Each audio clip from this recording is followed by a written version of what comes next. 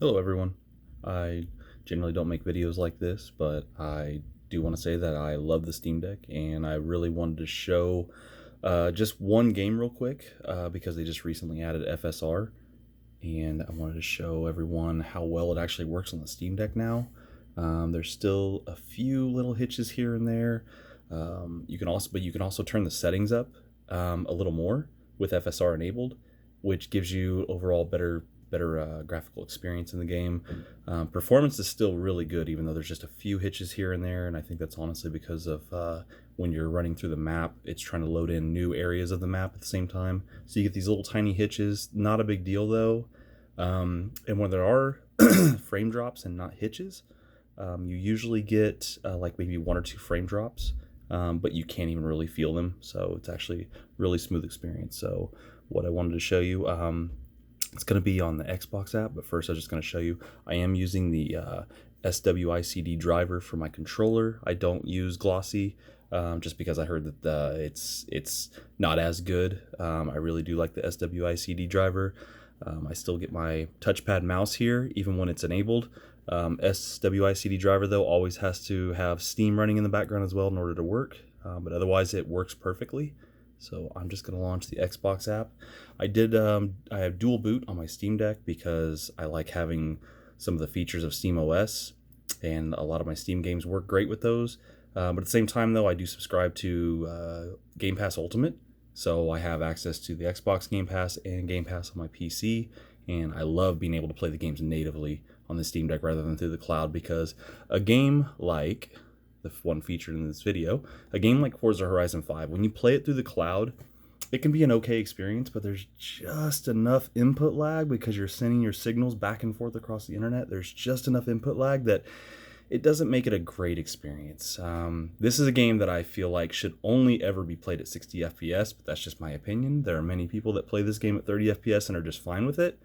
I feel like when the game is played at 30 FPS, the game is almost a completely different game with the way it controls, because the controls are just a little bit laggier because of input lag. When you have less information, as in only 30 frames per second, you're only getting half the amount of visual information as you would at 60 frames per second. So I am a huge fan of 60 FPS on this game. Some games are okay for 30 FPS, like Plague Tale Requiem. Great game, works fine at 30 FPS. You don't need those fast reflexes for that kind of game. But anyway, I'm just going to go ahead and load this up.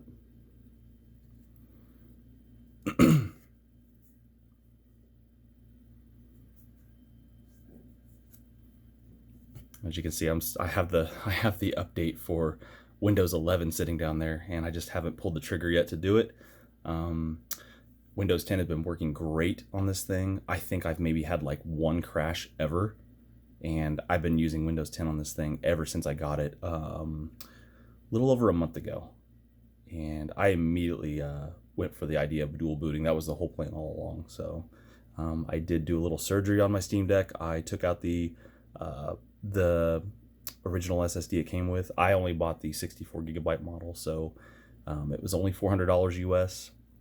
But I did buy a 1 terabyte NVMe, the M.2 NVMe. I think it's the 2230, I think is the size. It's the little stubby one. It was a 1 terabyte, so it was quite expensive. It was $200, but I only paid $200 more, so I paid $600 total, and I have a 1 terabyte Steam Deck. Whereas Steam is selling their 512 gigabyte, which is only half a terabyte, half of what I have, and they're selling it for $650. So I still saved $50 and doubled my storage. Sure, I don't have the anti-glare screen, but I will admit that's never been a problem yet as far as the glare or anything. I do have a screen protector on here as well. I didn't go with, I heard that D-Brand makes a great screen protector. I just went with some $12. Let's see if you can see this. It was on Amazon. I guess the brand is Benazcap. Whatever. Honestly, though, it works just fine. There is a little bit of I guess you can call it touch insensitivity on the Steam Deck. Down near the bottom usually is where I get the least sensitive touch, but Otherwise, though, it's really not a deal breaker. And plus, you still have the mouse anyway, so it's not an issue at all for me. Let's see if I can get this to focus a little better. There we go. I don't know why that is, but whenever Horizon 5 loads in on PC now, it seems to have like this long wait screen. It's just a black screen. But I just wanted to show you guys. Okay, so my video set to 1280 by 800. We're targeting 60 FPS. Got motion blur turned off, and there's my FSR 2.2 set to balanced. I was running it at quality, but I noticed that I have even fewer frame drops at all when I'm running. I have no TAA or no anti-aliasing turned on right now. The game still looks great. I'm going to show you why in just a moment. I think that's all the... Yeah. Let's go over to graphics settings. I believe I am on almost all medium, except for on medium settings, they still have ambient occlusion turned off, and I have it on high. I believe if I put that back on medium... Let's see if I go to medium... Yes, they have that turned off. And so I have that turned to high because that is actually the very next preset. There is no low or medium for ambient occlusion, so I have it set to high. Otherwise, everything else is on medium quality, so obviously no ray tracing. Save and continue. And then we're just gonna start it up. And I just realized that I forgot to turn on my FPS counter. So we are going to back out for just a moment. That is my fault. I apologize. I'm not used to doing these kind of videos.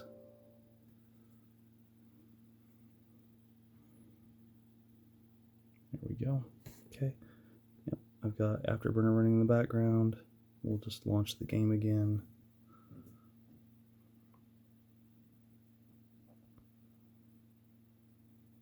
Hopefully it'll boot up pretty quickly.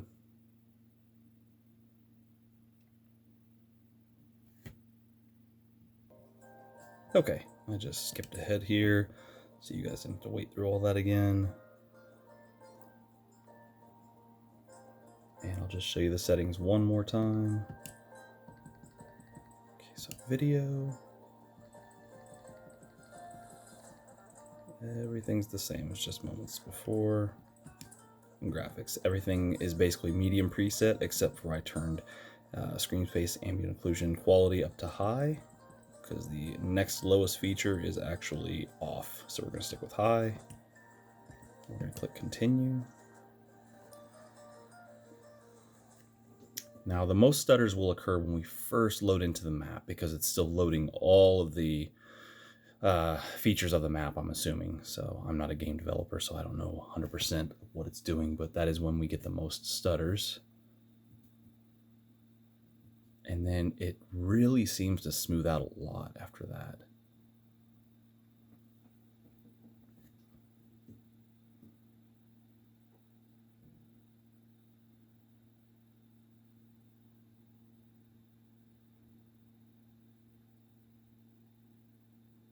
Okay, here we go. We usually drop a few frames when it's showing this load-in area.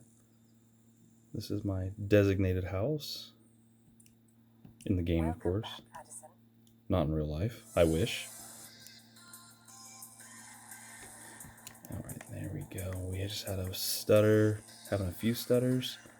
As you notice though, the more we keep going, the more this smooths out. I probably don't have the best off-road car, but I'm just going to keep going.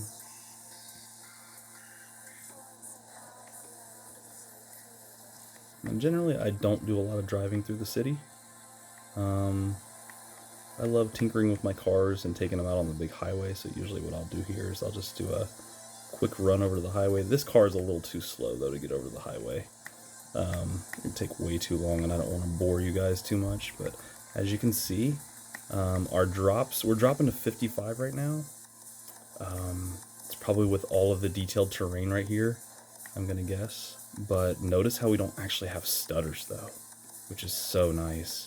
Now, as we go further on and we keep going, it's going to load in more of the map, and there will be a few little stutters here and there, but it's honestly not a deal breaker. This game plays really well on the Steam Deck, and if you are a Forza Horizon fan and you want portable playability and you don't want to have to worry about any input lag, I highly recommend a Steam Deck. So, there you go, guys. Hope you enjoyed the video. Have a good one.